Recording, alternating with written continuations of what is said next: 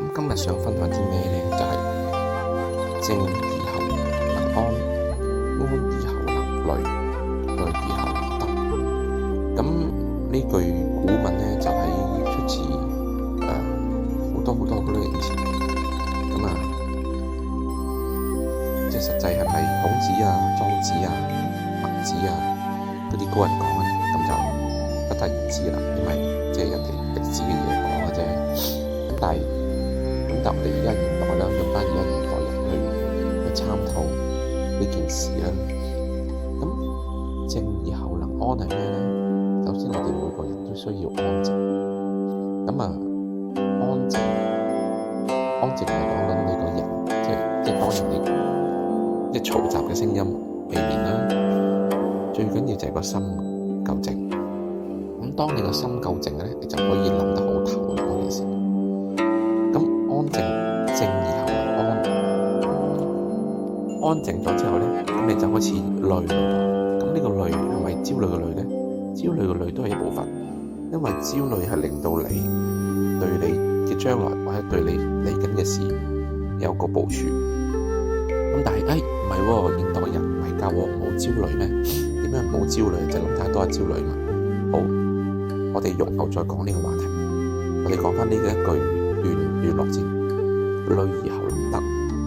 咁當你焦慮啦，或者當你過慮咗之後啦，跟住你明白你應該要做啲乜嘢，咁你亦都知道你要得到啲乜嘢。咁呢個就係正以後能安，安以後能慮，慮以後能靜，慮以後能得。咁呢個就係即係我今日想講嘅主題。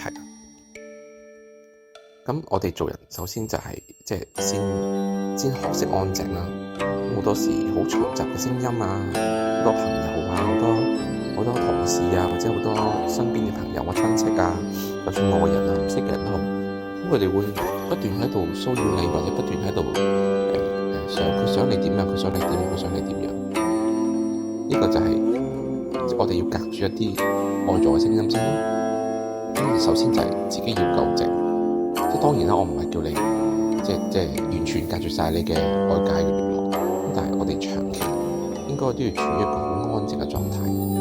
咁你安靜啦，或者你獨處啦，或者你個人心靜下來啦，咁你就可以諗清楚，或者你得到啲乜嘢啊？你關心啲乜嘢啊？你焦慮啲乜嘢？咁你得到呢個答案之後咧，咁你就可以就係慮以後能得啦。即係你已經理解咗你需要嘅嘢啦。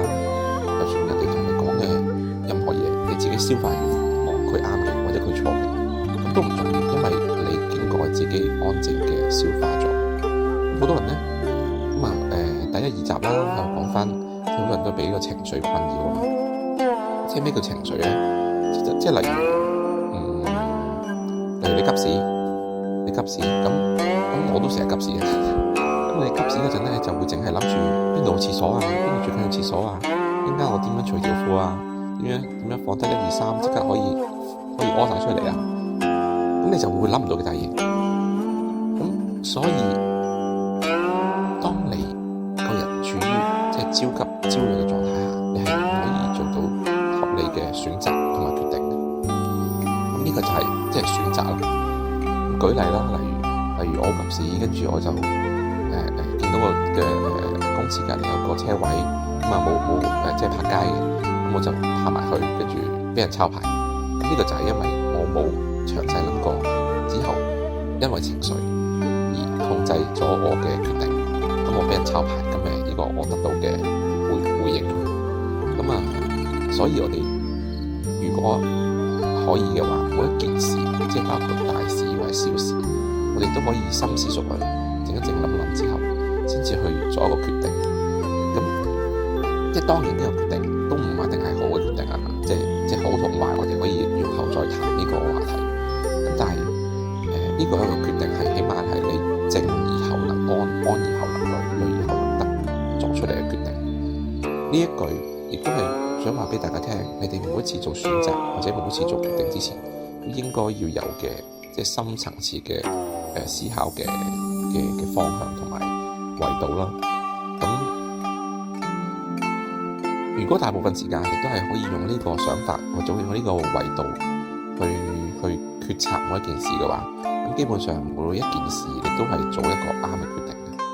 咁對你以後所有嘅人生啦，或者即係人際關係啊、朋友啊、家人啊，所有嘢啊，或者就算你做嘢啊、公事啊、賺錢啊呢方面呢，都係有得着嘅。咁啦，咁今日就暫時分享到呢度先啦。